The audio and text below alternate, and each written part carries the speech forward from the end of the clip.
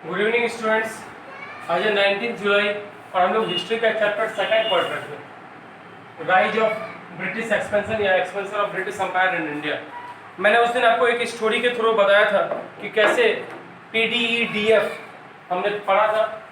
PDEDF पुर्तगाल, Dutch, England, Danish, Denmark और France, ये दोनों कैसे आगे बढ़े, बाकी सबके सारे हट गए थे कंपनीज।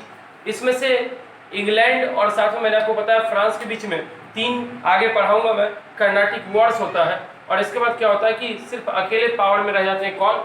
तो ब्रिटिश।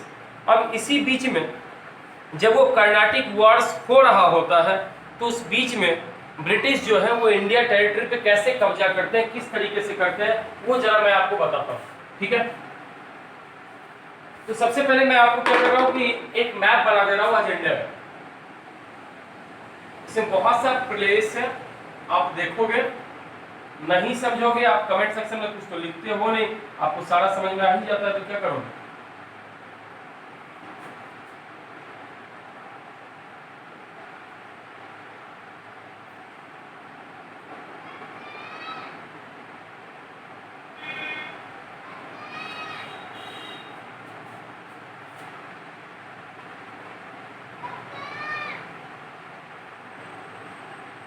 ठीक है, ये इंडिया का मैप है।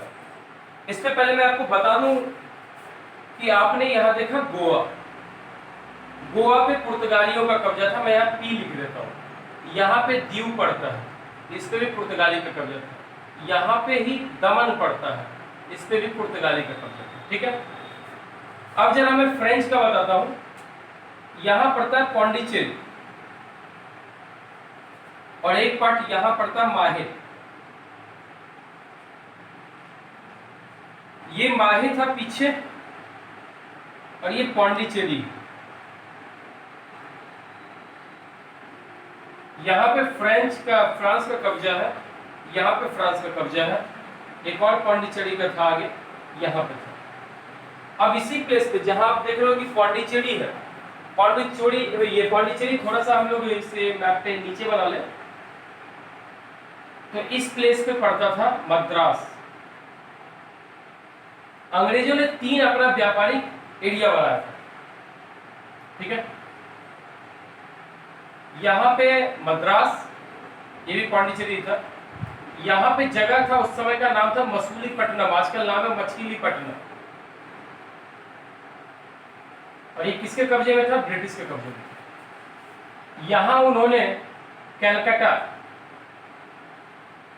ये भी किसके कब्जे में था? ब्रिटिश के कब्जे में। यहां ये बॉम्बे तो दहेज में दे दिया था, पुर्तगाल ने दहेज में दे दिया था। ठीक है, किसे? तो इंग्लैंड को। ये था बॉम्बे, ये भी ब्रिटिश के कब्जे में। मैं ब्रिटिश वाले को घेर दे रहा हूं।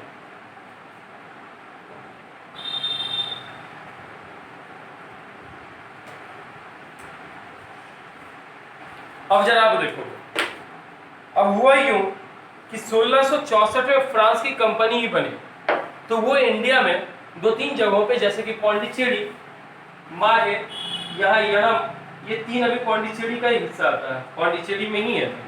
ठीक है, पौंडीचेरी जो लोग बोलते हैं यूनियन टेरिटरी वही है। तो इन तीन जगहों पे वो लोग आके क्या करने लगे, तो मतलब उन्होंने व्यापारिक बना लिया और वो भी यहाँ पे कंट्रोल करने लगे। अब इसकी वजह से उनको लग रहा था कि इंडिया बड़ा एरिया है, क्यों ना हम लोग शासन करें, और इंग्लैंड को था कि हम लोग शासन करें। और अब मैंने आपको बता रखा है कि लड़ाई के लिए तीन ही चीज जरूरी है, जड़, जोड़ू, जमीन। या तो कोई पुराने मुद्दे के लिए लड़ाई होता है, या जोड़ू महिला के लिए लड़ाई होती है लाइक रामायण महाभारत, या फिर जमीन मतलब लैंड के लिए होता है, जैसे कि इंडिया में ये सब पे सब लड़ेंगे। सब तो हट गया, पुर्तगाल को डच से डर था, इसलिए उसने मुंबई शहर गिफ्ट दहेज दे दिया। किसको? इंग्लैंड के राजकुमार को। इंग्लैंड वालों ने इसको ब्रिटिश ईस्ट इंडिया कंपनी को पट्टे पे दे दिया। अब देखो होता क्या है, 1707 में जब औरंगजेब मरा, 1707 में लास्ट जो बड़ा रूलर था वो कौन था? औरंगजेब। जब 1707 में औरंगजेब मरा तो इसके बाद कुछ राजा और बने। 1713 में एक राजा बना, नाम था फर्रुख सिया।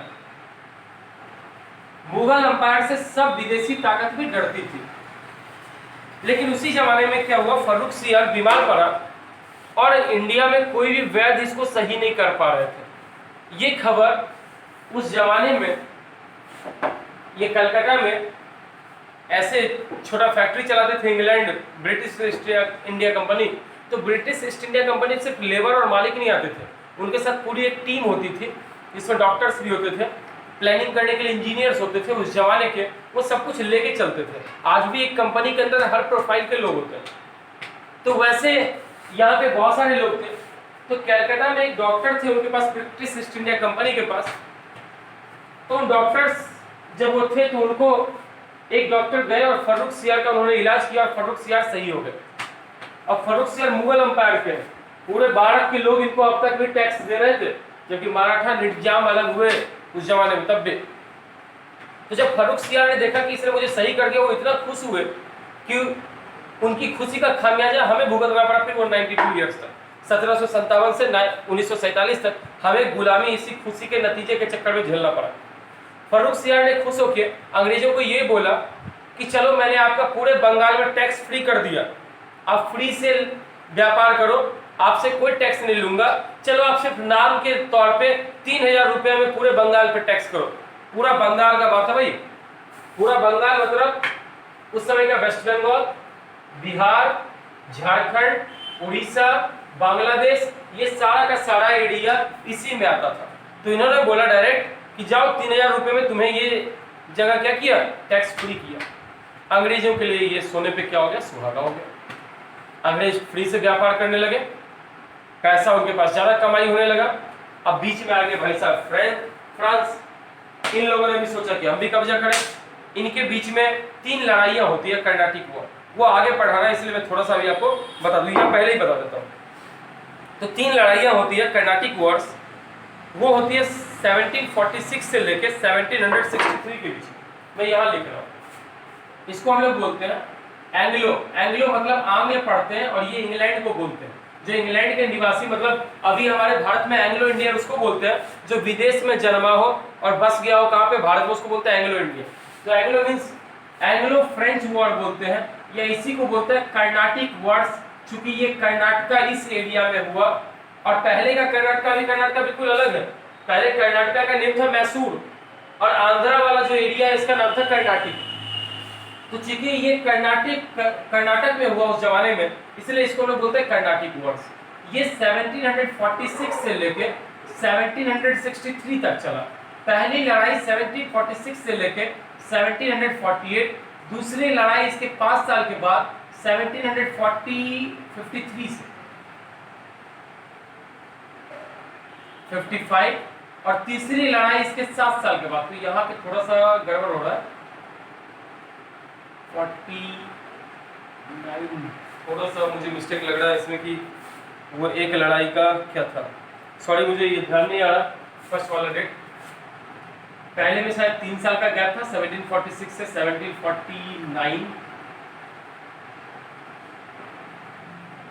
दूसरे में, पहले में 3 साल का गैप था, मीन्स कि अगर 48 हुआ तो ये 1749 3 साल मतलब 51 से होगा, से लेके ये चला 55 तक, 54 तक। और तीसरा जो है हमारा ये चल रहा है क्या 1754 से लेके ये 1761, सॉरी 54 नहीं 61, 7 साल के बाद चला, और ये चला 1763 तक। 3 लड़ाइयाँ हुई हैं, जरा फिर से देख लेना भाई बहन सब। 1746 से लेके 1763 तक 3 लड़ाई हुई इंग्लैंड और फ्रांस के बीच में। उसी समय फ्रांस में क्या होता है, एक आया था गवर्नर जिसका नाम था डुप्लेक्स, उसका सोचना था क्यों ना फ्रांस का एरिया में पढ़ा हो। इसी चीज के चक्कर में हुआ, पहला समझौता हुआ, इसमें भी फ्रांस हारा और समझौता किया इंडिया में ही। इस समझौते के तहत ये हुआ कि आप व्यापार करोगे, आप हमला नहीं करोगे। दूसरी बार फिर लड़ाई हुई, तो समझौता इस बार क्या हुआ, इंग्लैंड वालों ने खदेड़ के इसके एरिया जो गढ़ था पौंडीचेरी, वहां तक इनको दौड़ा दिया, वहां तक इनको मारा। तो पौंडीचेरी में दूसरा समझौता हुआ। और तीसरा समझौता पेरिस, सोचो लड़ रहे हैं ये इंडिया में और समझौता कर रहे हैं फ्रांस की राजधानी पेरिस में, तो वहां हुआ। लास्ट में 1763 में ये फैसला हो गया कि अब सिर्फ इंडिया पे राज कौन करेंगे, इंग्लैंड करेंगे, क्योंकि उस लड़ाई में, इस तीनों लड़ाई में फ्रांस हारा और फ्रांस के हारने के बाद लास्ट वाले में तो इंग्लैंड ने साफ बोल दिया कि तुम्हें अगर इंडिया में करना है तो तुम्हारा जितना एरिया है बस उतने पे तुम व्यापार करोगे, उसके आगे की परमिशन मेरे से लोगे, यहाँ के पॉलिटिकल एजेंडे में तुम एक रत्ती भी हस्तक्षेप नहीं करोगे, जो करेंगे हम लोग करेंगे, तुम बस देखते जाओ। ठीक है, तो ये था एंग्लो फ्रेंच वॉर। अब ये एंग्लो फ्रेंच वॉर जब चल रहा था ना, तो तभी बीच में 1757 का समय 1756 का है।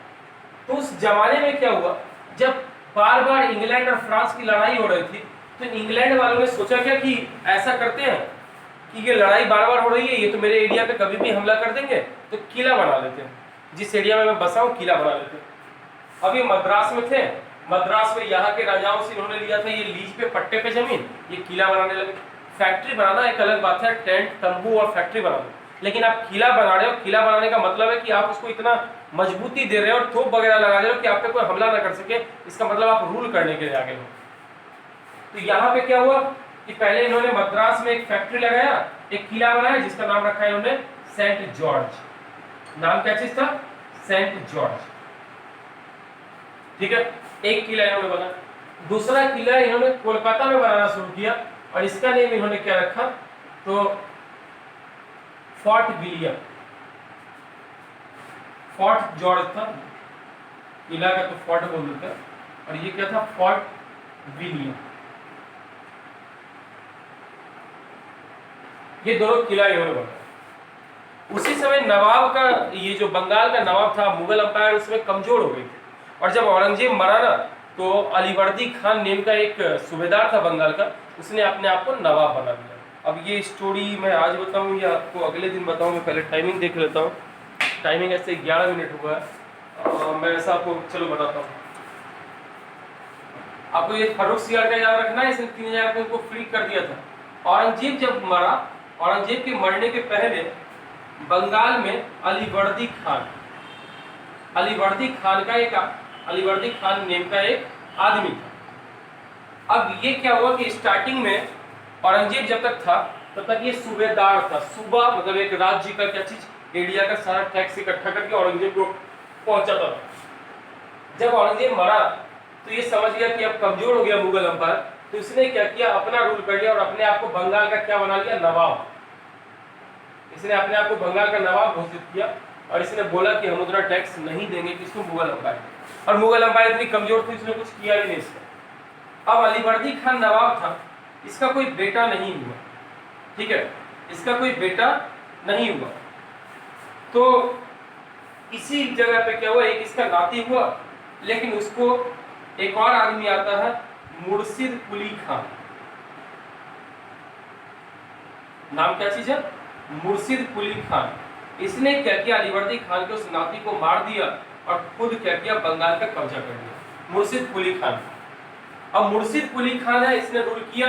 ये बड़ा चतुर योद्धा था, इसे लगा यहाँ अंग्रेज है। सबसे पहले इसने राजधानी बदली, पहले राजधानी ढाका थी, ढाका का पुराना नेम है सोनार गांव, वहां से हटा के इसने अपनी राजधानी मुर्शिदाबाद कर ली। मुर्शिदाबाद एक जगह है, आप बंगाल जाओगे ना, तो जब आप फरक्का से आगे बढ़ते हो तो वहां से मुर्शिदाबाद के लिए रेलवे लाइन जाती है, आप वहां पता भी कर लोगे कि हाँ मुर्शिदाबाद एक प्लेस है। अब इस आदमी ना, ये मरा तो इसके नाती को हटा के जो सेनापति था उसने राज पे कब्जा कर लिया, मुर्शिद कुली खान। अब मुर्शिद कुली खान को क्या था, इसे भी बेटा नहीं था, इसकी 3 बेटियां थी। अब 3 बेटियों में ये होड़ हो गया कि कौन बनेगा राजा, तो थोड़ा सा उथल पुथल परिवार का चला और यहीं पे आया कौन, नवाब सिराजुद्दौला। ये छोटी वाली जो बेटी थी, 3 बेटियों में जो छोटी वाली बेटी,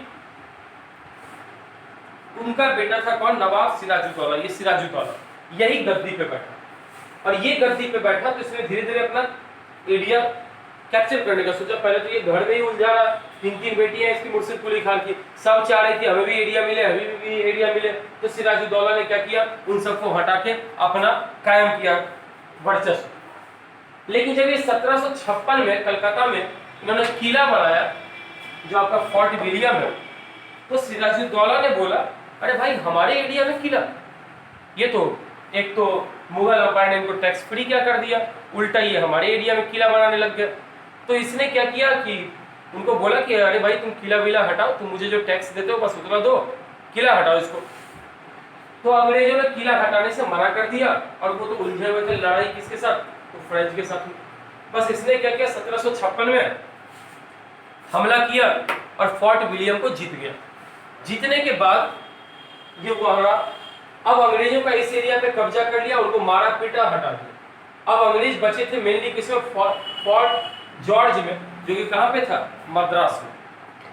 अंग्रेजों में से एक बड़ा अफसर था, नाम था रॉबर्ट क्लाइव, इंडिया क्लर्क बन के आया था, लेकिन वो गवर्नर बन के गया। इतना चतुर था बुद्धि से कि उसने ही इंडिया पे बहुत अच्छे से एरिया, बहुत सारा एरिया कब्जा करवा दिया अंग्रेजों को। जब वहां पे पता चला कि नवाब ने छीन लिया है, तो यहां से ये क्या हुआ कि सेना लेके ये चला।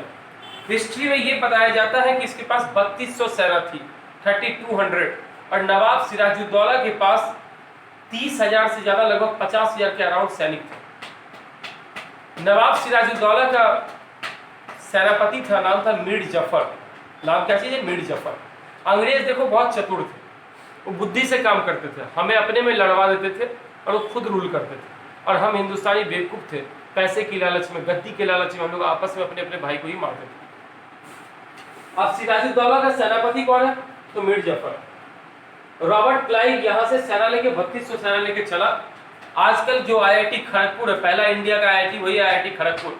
जब खड़गपुर के जगह पे वो पहुंचा, कलकत्ता से दूर, तो इसके सैनिकों को दस्त, उल्टी, वॉमिटिंग सब होने लगा। ठीक है, एकदम परेशान हो गया कि क्या करें। उसी समय क्या हुआ कि इसने एक चाल चली, रॉबर्ट क्लाइव ने, और सिराजुद्दौला के सेनापति को बोला, मीर जफर को, अरे तुम इतने महान हो, तुम सेनापति क्यों, तुम्हें तो राजा होना चाहिए। अगर तुम युद्ध में हमारा साथ देते तो सिराजुद्दौला को जब तक नवाब रहेगा तो तुम्हें गद्दी मिलने वाली नहीं। अगर तुम युद्ध में साथ देती हो, हम इसे हटा के तुम्हें यहाँ का नवाब बना देंगे, तुम इसके लायक हो। मीर जफर भी लालच में आ गया। उसके साथ से एक वो नहीं, बहुत सारे सेठ भी थे। जगत सेठ था, सबसे बड़ा बैंकर था बंगाल का, उसने भी फाइनेंस पैसा दिया किनको, तो अंग्रेजों को।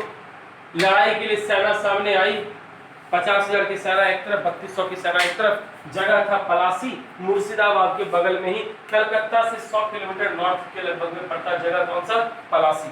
PALASHI, ऐसे आपके बुक में रहता है, PLASSEY। 1757 का समय था, 1756 में उसमें किला हड़पा था सिराजुद्दौला ने, और ये 1757 में वहां पहुंच गए। जब लड़ाई होने वाली थी ना, तो सिराजुद्दौला के कुछ जो मंत्री थे वो भाग गए कि पासा हमारे पक्ष में नहीं है, गारंटी मेरे सैनिक उसमें मिले हुए। तो एक्चुअली ऐसा बोला जाता है कि बैटल ऑफ प्लासी लड़ाई हुई और उसमें सिराजुद्दौला हार गए, लेकिन इतिहास ये कहता है कि लड़ाई हुई ही नहीं। और एक मैं पढ़ रहा था, राजीव दीक्षित करके एक आदमी है, वो बहुत सारी इतिहास की बातों को निकालते हैं। उनका एक लेख मैंने पढ़ा था, उन्होंने बोला था कि एक बार जब वो इंग्लैंड गए और इंग्लैंड में वो कुछ लाइब्रेरी में ढूंढ रहे थे, तो उन्हें एक लेटर मिला जो रॉबर्ट क्लाइव ने वहाँ के राजा को लिखा था, जो क्वीन थी, किंग और क्वीन थे वहाँ के, उनको लिखा था। उसने बोला था कि हमने 310 आदमियों की सेना से 50,000 की सेना को हराया। रॉबर्ट क्लाइव ने ये लिखा था। तो इतिहास में बताया जाता है 3100, उसने ओरिजिनल लेटर में लिखा है 310 ओनली, या 300 सैनिक बस थे, 300 से 50,000 को हरा दिया। सोच लो, लड़ाई होती तो वो नजर नहीं आते कहीं, लेकिन हमारे अपने लोगों ने, अभी आपने, मैंने 7 के थोड़ी देर पहले वीडियो में पढ़ा था जयचंद्र के बारे में, और अभी आप देख रहे हो मीर जफर। मॉडर्न भारत में देखो, 2 गद्दारी की वजह से हमारे इंडिया पे एक बार मुगल और एक बार हो गया अंग्रेजों का कब्जा। जयचंद्र ने गद्दारी की पृथ्वीराज चौहान वाले में उसको फंसाया, तो मोहम्मद गोरी आया और मुगल अंपायर आ गया। और जब मीर जफर ने गद्दारी की, तो इसने ला दिया किनको, अंग्रेजों को, हम लोग उनके अंडर हो गए, उनको रूल में ला दिया। तो यहाँ क्या होता है कि 1757 जब उसके कुछ बुद्धिमान जो दरबारी थे, उन्होंने जब देखा कि हालत अनुकूल नहीं है, तो उन्होंने बोला कि आप लड़ाई नहीं जीत सकते राजा, सो हमारी सेना भी उनकी तरफ से लड़ने को। राजा हतोत्साहित हो गया, उसको साइड में संधि के नेम पे दूसरी तरफ ले जाके सिराजुद्दौला को इन लोगों ने बैटल ऑफ प्लासी के बाद मार दिया, और इन लोगों ने नवाब बना दिया किसको, मीर जफर। अब देखो इतने कितने चतुर हैं अंग्रेज। मीर जफर को मारने, वो सिराजुद्दौला को मारने के बाद और मीर जफर को नवाब बनाने के बाद इन लोगों ने बोला कि तुम हमें मुआवजा दो, 3 लाख रुपया तुम मुआवजा दो, 3 लाख रुपए स्टार्टिंग, बाद में 1.5 करोड़, ये लोग 3 करोड़ मुआवजा दो, क्योंकि तुमने जब किले पे अटैक किया था, सिराजुद्दौला ने जब किया था, तो उसकी वजह से हमारा बहुत नुकसान हुआ, वो मुआवजा तुम दोगे। ये उस जमाने की बात है बाबू, जब मेरे नाना जी बोलते थे कि उनके दादा, मतलब 3-4 जनरेशन पहले, सपोज करो कि 150 साल, 200 साल पहले, आज 2020 हो रहा है, मान चलो कि वो 1880 1870 का टाइम होगा। उस जमाने में 16 पैसा में 16 भैंस खरीदाती थी, और उस जमाने में ये 1757, उससे भी 150 साल पहले, इसने लगभग 3 करोड़, 150 120 साल पहले 3 करोड़ रुपया लिया। सोचो कितना ज्यादा इसने हट जाना लिया, मतलब लड़ाई भी इसने लड़ा, हट जाना भी हम लोग बढ़े। पीछे इसने क्या किया था, पुर्तगाल ने दहेज दे दिया, एरिया हमारा दहेज दे रहा पुर्तगाल किसको, इंग्लैंड को, और हम लोग तमाशा देख रहे हैं भारतीय। तो ये यहाँ तक की कहानी आज इतनी हुई बैटल ऑफ प्लासी तक की। इसके आगे फिर हम लोग देखेंगे कुछ और भी स्टोरीज हैं, स्टोरीज के थ्रू ही हम लोग पढ़ते जाएंगे। डेट वगैरह को आप लिख लीजिएगा, इससे कुछ आपका डाउट बचता है आप ग्रुप में लिखिए, मैं आपको बताऊंगा फिर जो व्हाट्सएप ग्रुप है। तो आज के लिए इतना, जय हिंद।